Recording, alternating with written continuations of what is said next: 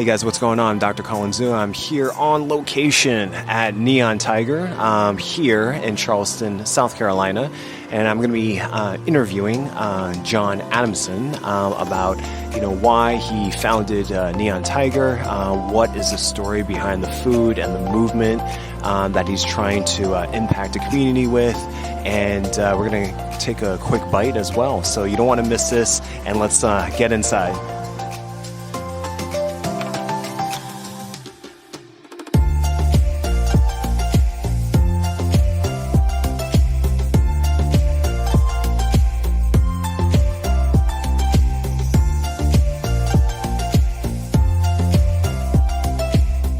Hey guys, this is Dr. Colin Zhu, founder of TheChefDoc, and we are on location. Now, currently I'm in, would you say downtown? Yes. A little bit downtown Charleston? Charleston, South Carolina, and I'm with my good friend John. And why don't you share with the audience who you are, what you represent, and the whole why? Well, I went vegan maybe around 5 years ago, maybe a little bit longer, 5.5 years, something like that. And I am in the restaurant business and have been in the restaurant business pretty much my entire career, so over 20 years. And so I think that I, just being the personality that I am, I'm a very passionate person. And when I went vegan, I sort of simultaneously became an activist. And I think that being in the restaurant business and, having those skills, I knew that was the best form of activism that I could do. So I kind of got to work on selling my current restaurant, which was not vegan, and started looking for a location for and developing a concept. My background is mostly concept development and design of restaurants. So Neon Tiger is my 9th restaurant of my career. And Neon Tiger it's really just about showing people that they can, not consume animals and really still enjoy their meals. So it's really activism for me, first and foremost. It's really just about education. Yeah. So there's kind of a story, line, as far as the design and how I designed it to kind of tell a story. Yeah.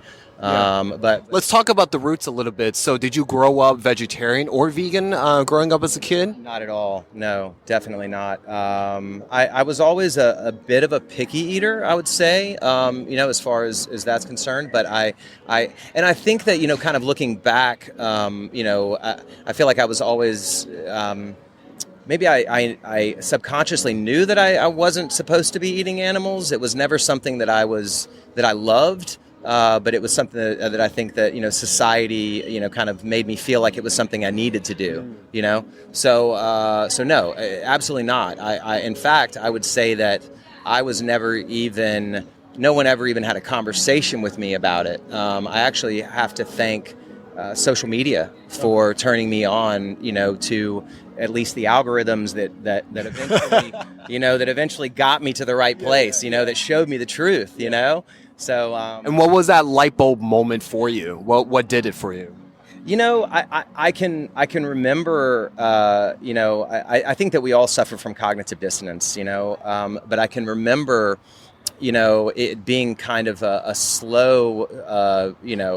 There being moments that I can remember previous to going vegan where things were starting to click. And I can remember one instance where I ordered, a chicken sandwich, right? And I ended up, it wasn't the way that I ordered it. Like I said, I'm a picky eater, right? And who knows, there was something on it that I didn't want or something. And I remember I sent it back.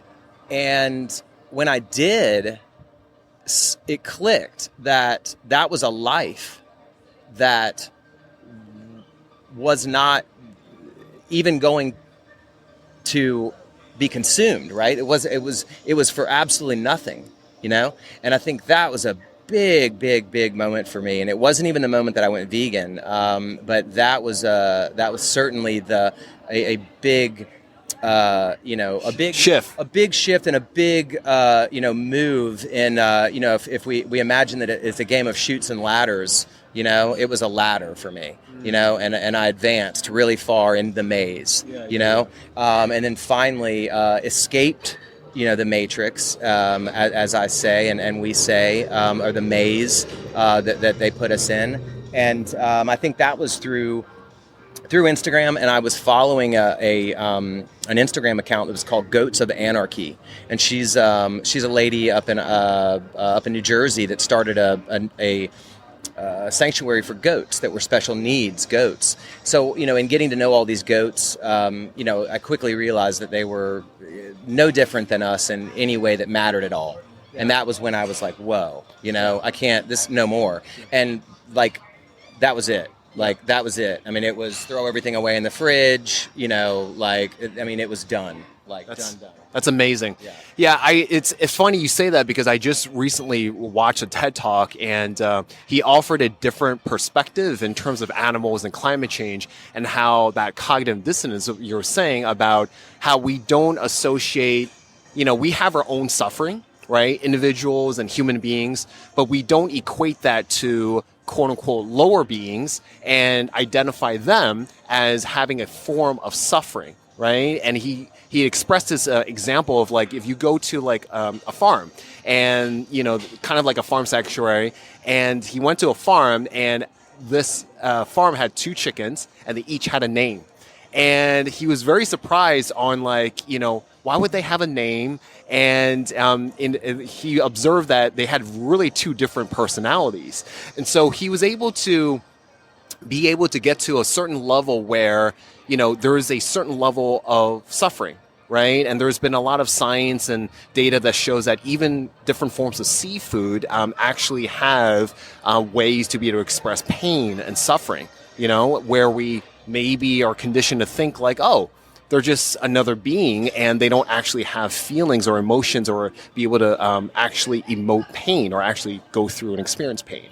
So I thought that was enlightening, and going off of what you were saying. Yeah, absolutely. I mean, they really, like I said, in any way that matters, as far as their, they mourn the loss of their friends, or they obviously, in watching.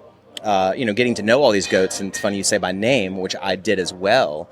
You start to see that certain ones, don't want to be with, hang out with certain ones, and others are attached at the hip, and it's and they get sad when one passes away, and they just the entire gambit of emotions, from suffering to joy. It's all there, and for me, I kind of operate under the, assuming that their pain is like our pain, or, why not? Why wouldn't we assume that just to make sure that we're not, doing something to harm another that when we don't have to. And ultimately that's what it comes down to for me, is that, I realize that I don't need to be a part of their suffering in order to live. And I'm very much a know better, do better kind of person. So it just made sense for me to stop consuming them. So on a high-level societal point of view, if I give you a magic wand, what would be the top, 1 or 2 things you could be able to do in order to, I guess, get more people to kind of, see or change or do something to increase their awareness of animal welfare? What would you do? I know exactly what I would do. If and I think I've said this before, that if I could force, every single person to watch Dominion, right, or even Earthlings, which was kind of the predecessor to Dominion, then I think that would do it. Because then you'd have, you don't need, in society, you don't need 100% of people to agree to something in order for it to become the norm, right? It really, any movement in history has only reached, maybe a 10 to 15% of the population before it becomes, a movement, right? Before it becomes something that actually is accepted by everyone, right? So now when it comes to food, yeah, I think it's going to take a little bit more possibly, but I do know that your average person, I believe that the average human, I like to believe, that we are compassionate beings. And I think that if everyone actually knew what these animals were going through, that it would be a lot harder for them to order that burger or that bacon or any sort of animal product. Yeah. It's funny because it's like you're paying someone else to do the quote unquote dirty work, but you don't associate that. You know what I'm saying? Well, and that's all of it.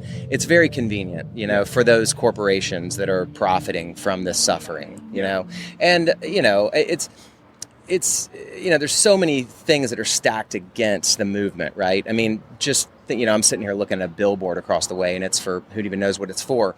But every other billboard is some glorification of an animal that was that had a life and that suffered to become food, and it's every single day. 24 hours a day, it's in our face as this thing that's not only acceptable, but that is great, right? So it's it's kind of, think about how hard it would be to end slavery if every other billboard was talking about how great slaves were, and right, so the odds are stacked against us in that way. These corporations, that like I said, that are profiting off of it. There are a lot of reasons why it's difficult to get through to people, and the old saying of slaughterhouses don't have windows for a reason, right?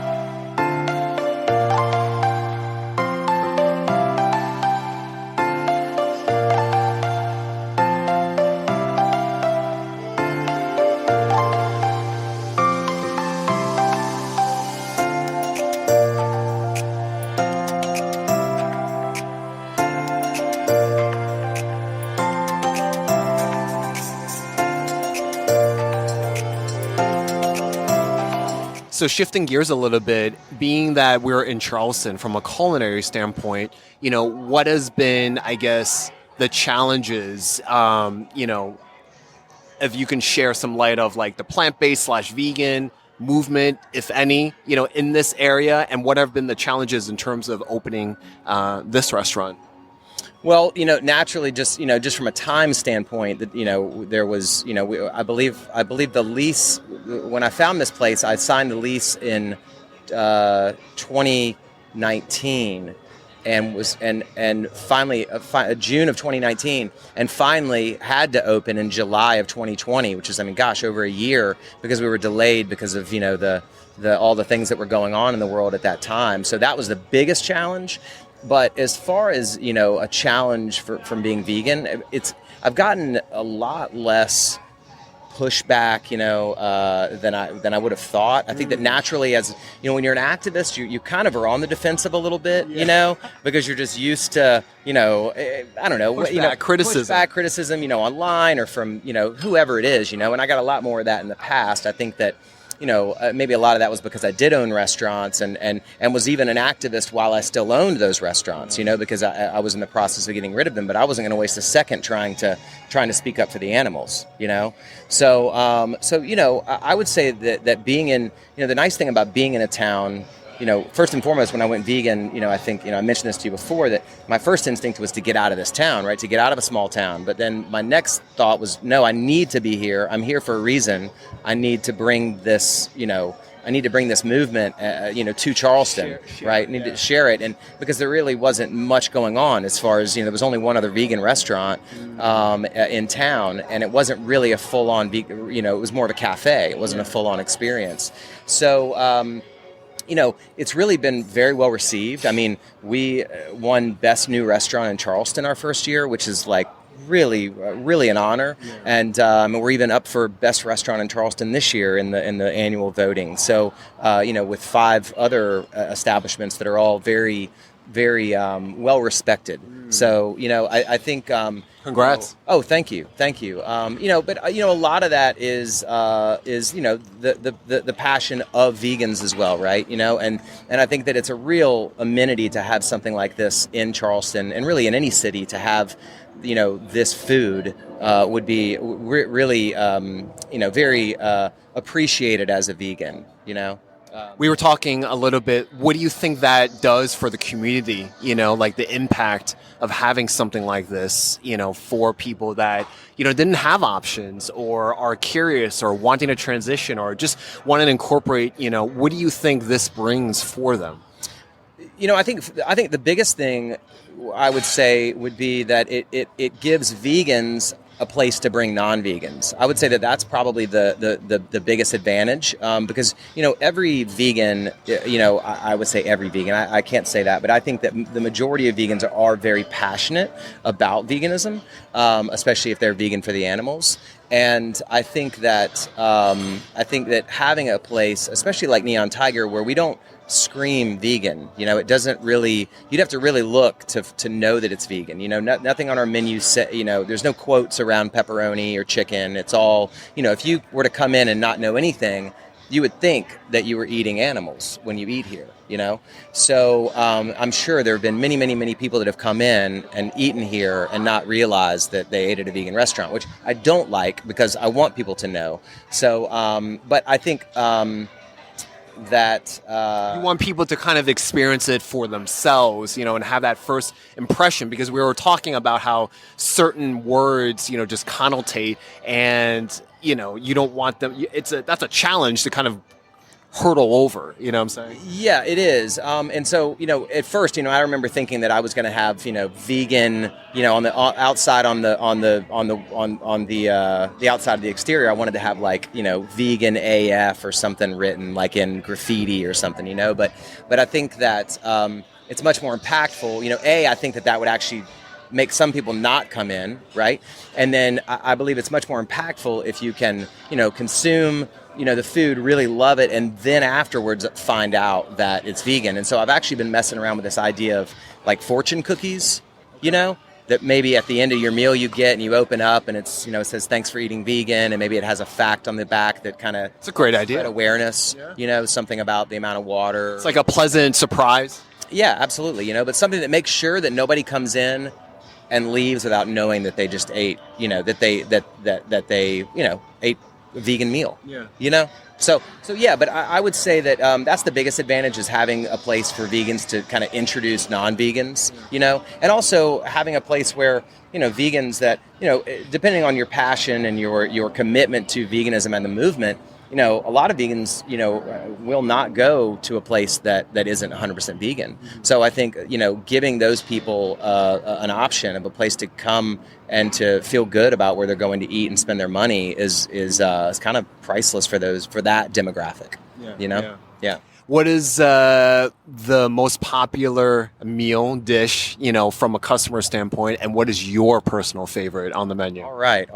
Yeah, this is tough. This is explicit detail. Yeah, this is tough. I would say that the most, I'd say the item that seems to surprise people the most is our calamari.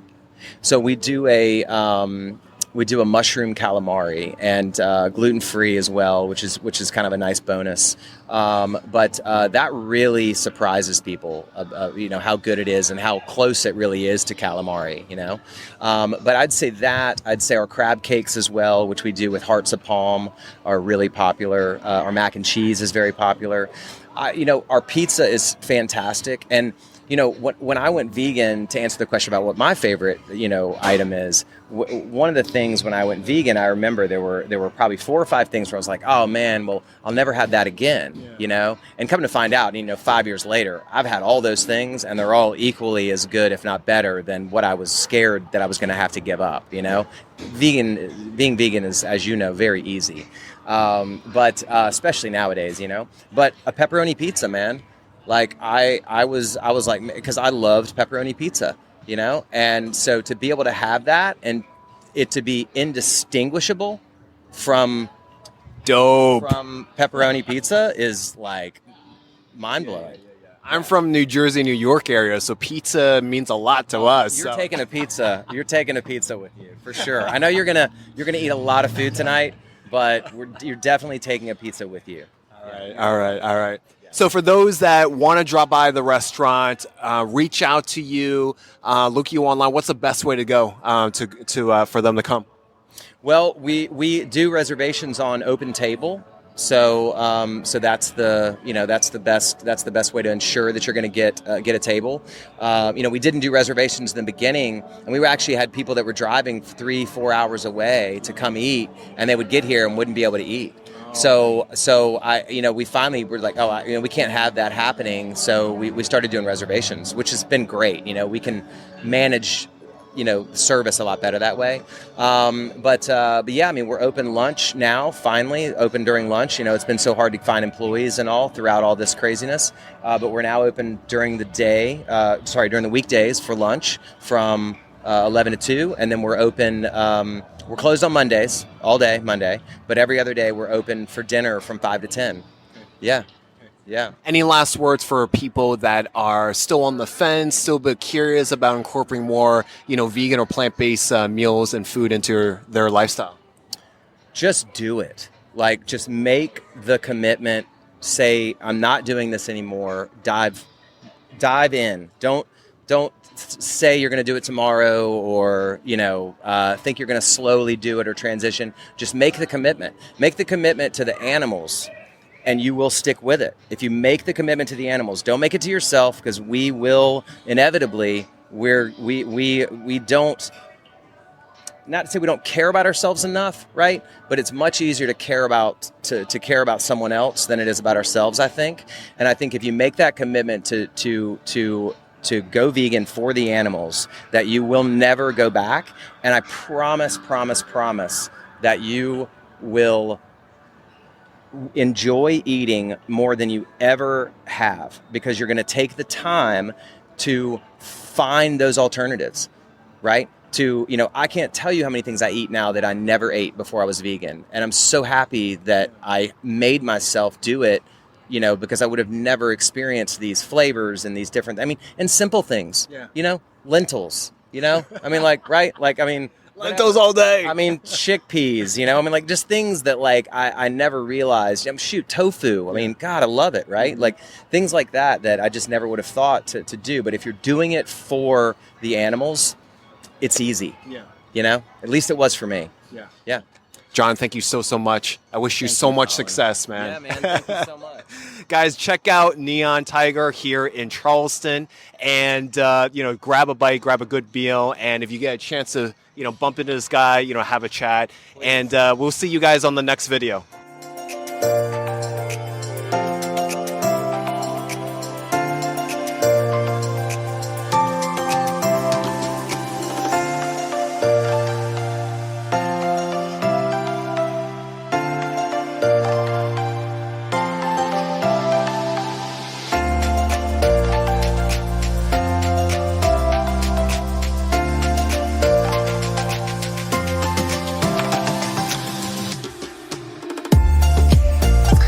Guys, what's going on? It's Dr. Colin Zhu again, and I just wrapped up visiting, eating at, and connecting at Neon Tiger, specifically with John Adamson, and what an incredible soul. It was really, really cool to hear about the story, why he transitioned to becoming a vegan, his love and passion for animal activism, and how he is translating all that and being able to convey and showcase all that through his food, his restaurant, and everything beyond that. So definitely check out Neon Tiger in downtown Charleston, South Carolina.